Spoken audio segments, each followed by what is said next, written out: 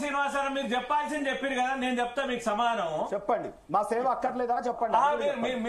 ఇప్పుడు ఇక్కడ మేము అంటే ఈ సృష్టించబడ్డ కులాలైతే పిలువబడ్డ కులాలల్లా ఏ కులమైనా కావచ్చు, నా ఎస్సీ కావచ్చు, ఎస్టీ కావచ్చు, బీసీ కావచ్చు, ఓసీఆర్. మీరు వినండి, అయితే ఈ కులాలల్లా రిజర్వేషన్ రోడ్డు మీదకి వచ్చి పడ్డావు అన్న భూమి మీదకి ఒక్క మాట వినానా? నేను చెప్పింది నన్ను చెప్పని ఒక్క మాట వినండి. ఎమోషనల్ మాట్లాడకండి. మాధవరెడ్డి ఇక్కడ ఆగు, నేను మాట్లాడుతున్నాను. సబ్జెక్టే వెళ్ళాలి. ఎందుకంటే మరి మీరు ఒక మాట మాట్లాడారు, చక్కటి మాట. ఏంది మా సంచార జాతులు అన్నారు, వాస్తవం అది. బీసీలు అంటే ఎవరు? అసలు బీసీలు అంటే ఎవరు ఫస్ట్ తేల్చాలి. అంటే బీసీలు అంటే ఎవరు? అసలు ఏ నిఘంటు ద్వారా బీసీలను తేల్చినాం? మీరు సంచార జాతులు అన్నారు. సంచార జాతులు 92 కులాలు అంటే ఇప్పటి వరకు చట్టసభలో పోలేదు, అంటే నా శాసనసభలో పోలేదు, అదేవిధంగా నా ఎమ్మెల్సీలో పోలేదు, పార్లమెంట్ లో పోలేదు, గ్రామ వార్డు మెంబర్ కాలేదు, సర్పంచ్ కాలేదు. అంటే రేవంత్ రెడ్డికి చెప్పండి నేను చెప్పి మాట్లాడియండి. మన జాతుల కోసం, మీ కులం కోసం, మీ నాయకుడే కదా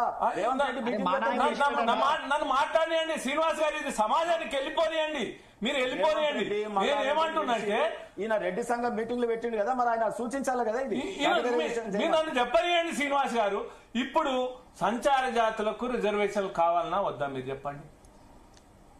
ఇప్పుడు నేను అణగారిన వర్గాలకు రిజర్వేషన్లు కావాలన్నా వద్దా? ఆర్గ్యుమెంట్ ఏంటి చెప్పండి మాకు. నేనేమంటున్నంటే మీరు రిజర్వేషన్ మీ రిజర్వేషన్లకు ఏ అగ్రవర్ణాలు వ్యతిరేకం కాదు. యాజ్ రవీందర్ రెడ్డికి గాని ఇంకొక వ్యక్తి గాని ఎవరు కూడా మేము వ్యతిరేకిస్తలేము. 42% విద్యా ఉద్యోగాలకు బీసీలకు రావాలని, ఆ బిల్లు ఆమోదం చెందాలని మీరు డిమాండ్ చేస్తారు కదా. మేము డిమాండ్ చేస్తున్నాం. 42 కాదు, ఆయన చెప్పండి, రెడ్డికి చెప్పండి. మాధవరెడ్డి కాదు, సమస్త ప్రజలకు చెప్తున్నాం. రిజర్వేషన్ దాటొద్దని మీకు తెలియదా? ఇప్పుడు అది వెనకట. ఇప్పుడు మాధవరెడ్డి ఒక్క నిమిషం మాధవరెడ్డి రిజర్వేషన్ పెట్టుకోవచ్చు.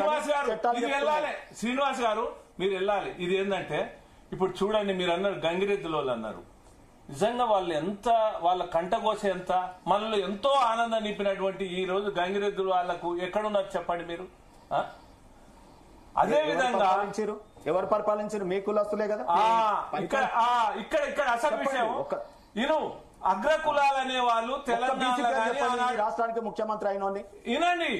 అగ్రకులాలు అనే వాళ్ళు ఒక్క బీసీని చెప్పండి. ఇలా బీజేపీ ఎంత దిల్దార్. అందుకనే చెప్తున్నామండి శ్రీనివాస్ గారు, అందుకనే చెప్తున్నాం. ఇప్పుడు బీసీ శ్రీనివాస్ గారు మీరు మధ్యలో నేను నాది ఎక్స్ప్రెస్ చేసినాక మీరు మాట్లాడండి. ఇప్పుడు బీసీ ప్రధాని మోడీ అయిండు, అద్వానిని ఉపరాష్ట్రపతి బీసీ అయిండు, అద్వాని కాదని కూడా 27 ప్రయారిటీలు ఉన్నప్పటికీ కూడా ఒక బీసీ ప్రధాని ద్వారా యావత్ భారతదేశంలో ఎట్లందరినీ అడగండి. ఓబీసీలకు జనాభా ప్రాతిపదికన నన్ను చెప్పనియండి మీరు. తర్వాత రాష్ట్రపతి గారు ఎస్టీ అయ్యారు, అందరు ఓట్లు అన్ని వర్గాలు వేసారు. కానీ ఇక్కడ కూడా ముఖ్యమంత్రి బీసీలు కావద్దని ఎవరు అనట్లేదు, ఎంపీలు కావద్దని ఎవరు అనట్లేదు. ఆయన బీసీల పక్షపాతి, మీ గురించి అంటలేను. నేను క్లియర్ గా నేను ఎమ్మెల్యేలు కావచ్చు. మీరు అబ్జర్వ్ చేయాల్సింది ఏంటంటే ఆర్గ్యుమెంట్ ఏముంది, ఒక్క మాట వినండి.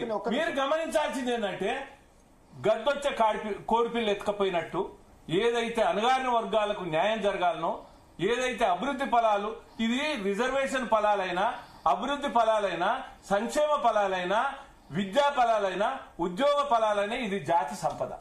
ఈ జాతి సంపద ఎవరికి అందాలి? అనగారిన వర్గాలకు చెప్పగలుగుతారా? ఈ వేదిక ద్వారా భరత్ సాక్షిగా మీరు ఒక పిలుపునిస్తారా? రెడ్డి సంఘం తరఫున బీసీలకు అన్యాయం అవుతుంది, జనాభా